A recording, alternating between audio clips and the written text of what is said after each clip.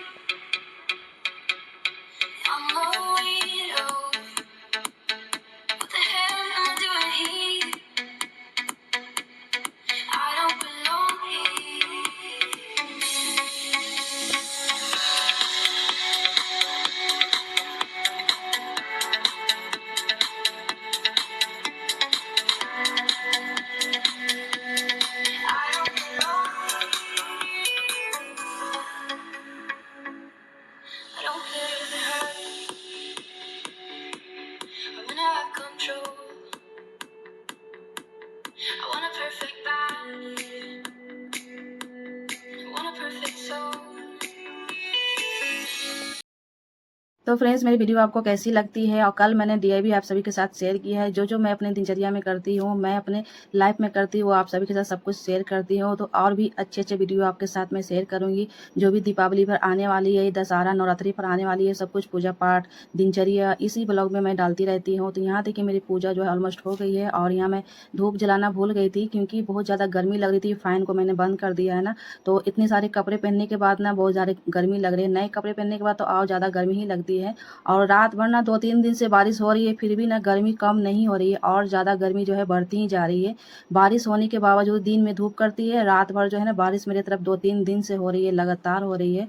यहाँ देखिए शिव जी की मैंने आरती की है। और मेरी वीडियो आपको कैसी लगती है, मेरी वीडियो कहाँ से देख रहे हैं कमेंट बॉक्स में जरूर छोड़िएगा। अपना राय सुझाव जरूर छोड़िएगा कमेंट बॉक्स में। और मेरी वीडियो कैसी लगती है कमेंट करके जरूर बताइएगा। मेरी सुबह से लेकर रात की दिनचर्या पूजा पाठ की, हरितालिका की पूजा पाठ की पिछले वीडियो में मैंने शेयर किया था। बहुत ज़्यादा आप लोगों ने प्यार दिया है, इस बार भी बहुत सारा लाइक दीजिएगा, प्यार दीजिएगा। अगर अभी तक मेरे चैनल को सब्सक्राइब नहीं किया तो सब्सक्राइब कर लीजिए। और अच्छे रेसिपी मैं शेयर करती हूँ, DIY भी शेयर करती हूँ। तो पूजा पाठ जो भी दिनचर्या जैसे रहती है ना, नवरात्रा की भी वीडियो आएगी आपके साथ। मैं नवरात्रा में कैसे पूजा पाठ करती हूँ वो सारी चीज़ मैं वीडियो के माध्यम से शेयर करते रहती हूँ। और दीपावली में सारी चीज़ बहुत सारे डेली मेरी ब्लॉग आती है। मेरी ब्लॉग आपको कैसी लगती है कमेंट करके अपना राय सुझाव जरूर दीजिएगा कि मेरी पूजा पाठ में क्या कमी रह गई है। तो यहाँ देखिए पूजा पाठ करने के बाद ना पतिदेव की पैर छूनी रहती है आज के दिन। तो साल में एक ही बार मौका मिलता है, तो ये मौका मैं छोड़ती नहीं हूँ। तो यहाँ देखिए अगले दिन सुबह हो गई है, ये सुबह की 5:40 है। ऐसे मैं 5 बजे जग गई थी, आँख लग गई थी। सुबह में सोची थी कि 4 बजे उठूंगी, मगर नींद नहीं जो है नहीं खुली थी, इसके कारण से 5 हो गई है। 5 बजे उठी थी, थोड़ा सा मैंने डस्टिंग की, उसके बाद नहा धोकर फिर से मैं रेडी हो गई। हल्के से कपड़े पहनी है क्योंकि बहुत ज़्यादा गर्मी लग रहा है, क्योंकि धूप सुबह से ही जो है निकलने वाली है। तो पूजा चलते हैं कर लेते हैं। और मेरे तरफ जो है ना रात में जो पूजा करते हैं ना, जहाँ पर पूजा करते हैं ना, जैसे कुछ 16 श्रृंगार करके हरितालिका की व्रत करते हैं, जहाँ पर पूजा करते हैं रात में, फिर से जो है सुबह अगले दिन पूजा करने के बाद ही सारी चीज़ जो है हटाई जाती है। जैसे शिव जी मैंने परिवार बना के जो है पार्थिव की शिवलिंग बना के पूजन की, उसे बिना विसर्जन करने जो है कुछ भी खाए पिया नहीं जाता है, जल भी नहीं जो पिया जाता है। तो यहाँ देखिए देखिए जो शिवलिंग जो पार्थिव मैंने बनाया था रात में थाल में, तो उसे भी पूजा करेंगे। और जहाँ मैं पूजा की थी ना रात में, तो वहीं फिर से मैं दोबारा से रिपीट करती हूँ। जैसे रात में पूजा की थी, फल चढ़ाना, जल चढ़ाना, इस तरह से जो है ना पूजा करने के बाद जो है ना चाय पानी पीऊँगी। तो ये देखिए अगले दिन का मेरा ये पूजा है सुबह की, और साथ में सारे देवी देवता की भी पूजा कर लूँगी इधर करने के बाद। और जितने भी लड्डू गोपाल हैं, ठाकुर जी हैं, माता जी है, शिव जी हैं, उन्हें भी साथ में पूजा कर लेंगे। तो उनका सारा बर्तन मैंने जो है पूजा के बर्तन धो लिए हैं। उसके बाद इधर पूजा करने के बाद उधर भी पूजा कर लूँगी। तो सुबह के बजने वाली है, 5:45 होने जा रही है। ऐसे आओ जल्दी उठना चाहिए था, मगर हर साल मुझे नहीं लेट ही हो जाता है। मुझे वो आदत नहीं है कि हम पूरे दिन फास्टिंग रहे हैं तो जल्दी-जल्दी सुबह उठकर कुछ-कुछ खा लेते हैं। बहुत सारे लोग ऐसे करते हैं, मगर मैं ऐसा नहीं करती हूँ। जो मेरा फिक्स टाइम रहता है ना, जोन समय का उठ के करने के लिए, मैं उसी समय पर करती हूँ। तो यहाँ देखिए आरती कर लेती हूँ, और बाकी के भी पूजे जो दैनिक पूजे होते हैं ना, इसलिए हो जाती है ना कि दैनिक पूजा जो हम करते हैं ना, बिना डस्टिंग कर ले पूजा नहीं करनी चाहिए। कहते हैं ना कि बासी घर में कभी पूजा पाठ नहीं करना चाहिए। जब तक आप डस्टिंग नहीं करेंगे, हल्का सा पोछा नहीं लगे जहाँ पूजा करते हैं, बाकी का जो जितने भी रूम है, हॉल है, वो बाद में कर सकते हैं। मगर हम जहाँ पूजा करते हैं ना, बासी जगह पर हम पूजा नहीं कर सकते। इसलिए हम थोड़ा सा डस्टिंग वगैरह करने लगे थे, उसी में मुझे हो गई लेट। और सुबह में भी थोड़ा सा हम कथा पढ़ लेते हैं, क्योंकि रात में जो कथा पढ़ते हैं ना, वही कथा जो है सुबह में भी रिपीट की जाती है इस दिन। और यहाँ देखिए पूजा मेरी ऑलमोस्ट हो गई है। इसी में करते करते जो है मुझे लेट हो जाती है, तो कोई बात नहीं है। अब इसके बाद तो मुझे है शरबत पीना है, चाय पीना है, तो इसी से मैं जो है अपने व्रत को जो है खोलूंगी। सबसे पहले क्या होता है ना, व्रत में आप क्या खोलते हैं, मैं तो व्रत में जैसे एक आते हैं ना मरुआ के आटा आते हैं, उसी को थोड़ा सा जो है फाँका जाता है, उसके बाद हम चाय पानी पी सकते हैं। तो यहाँ देखिए मैंने कथा पढ़ ली है, हो गई है मेरी कथा। तो कथा को थोड़ा सा मैंने स्पीड कर दिया है ताकि जल्दी हो जाए, वीडियो ज़्यादा लंबी हो जाती है, इसी कारण मैं थोड़ा सा फास्ट मैं कर दी हूँ। यहाँ देखिए पूजा होने के बाद हम चलते हैं अब किचन में, और किचन में आने के बाद सबसे पहले मैंने शरबत पी है नींबू की, क्योंकि बहुत ज़्यादा प्यास लगी थी और धूप भी बहुत ज़्यादा मेरी तरफ कर रही है ना, इसकी वजह से ना प्यास लग जाती है। भूख तो नहीं लगती है मगर प्यास लग जाती है। तो पानी पीने के बाद ना मैंने चाय पी ली है, और बिना चाय के, जिसको चाय की आदत रहता है ना, तो बिना चाय के जो है दिन शुरू नहीं होती है। और ये 24 घंटे के व्रत जो रहती है ना, कैसे कैसे मैं रह लेती हूँ वही बहुत बहुत है, क्योंकि बिना मैं चाय के नहीं रहती हूँ। जब तक चाय नहीं पीती हूँ तो मेरा जो है आलस खत्म नहीं होता है। तो सबसे पहले मैंने जो है ना खाली पेट ही मैं चाय पी लेती हूँ, कोई बात नहीं, बाद में जो कुछ खा लेंगे। तो चाय पीने के बाद ना जान में जान आ जाती है। जिसको आदत रहती है ना चाय पीने के, तो बिना चाय के जो रह नहीं सकती है, मैं तो नहीं रह सकती बिना चाय के। तो चाय पीने के बाद मैं सारा जो है ना जो बनाना है वो बनाते जाऊँगी। तो मैंने दाल जो है ना, दाल भी बना लिया है, और दाल बनाने के उसमें छौंक लगाएंगे, तड़का लगाएंगे। तो यहाँ मैंने सब्जी कट करने के बाद ना, यहाँ देखिए एक पोई के ये पकौड़े बनते हैं, तो इसको मैंने अच्छे से बनाकर धो लिया है, साफ पानी से 2-3 पानी से अच्छे से धो लिया है। इसमें थोड़ा सा देखना पड़ता है ना कि जब बरसात के मौसम रहती है तो इसमें थोड़े से कीड़े वगैरह रहते हैं, मगर उसको मैं एक एक पत्ता करके इसको अच्छे से देख ली हूँ, अच्छे से ध्यान से देखी हूँ कि इसमें कोई कीड़ा है कि नहीं। बाकी पत्ते में कोई कीड़ा नहीं लगी हुई थी, बहुत ही अच्छे फ्रेश पत्ते थे। तो इसको हम बनाएंगे लास्ट में पकौड़े। सबसे पहले जो है मैंने परवल को जो फ्राई करने के लिए डाल दिया है। तो आज थोड़ा सा तीखा सब्जी बनाएंगे, क्योंकि जब हम फास्टिंग करते हैं ना तो मन करता है कि थोड़ा सा तीखा वगैरह खाएं। और यहाँ देखिए मैंने सब्जी बनाने के लिए शुरू कर दिया है। उधर सब्जी भी फ्राई हो रही है। इधर हम जो पोई मैंने मंगाई थी, पोई के पत्ते, तो इसको कट कर लेते हैं। तो छोटा छोटा टुकड़ा हम बना लेंगे। उसके बाद इसमें हम डालेंगे चावल के आटे, बेसन डालेंगे और सूजी भी डालेंगे, तो जिसे बोलते हैं रावा।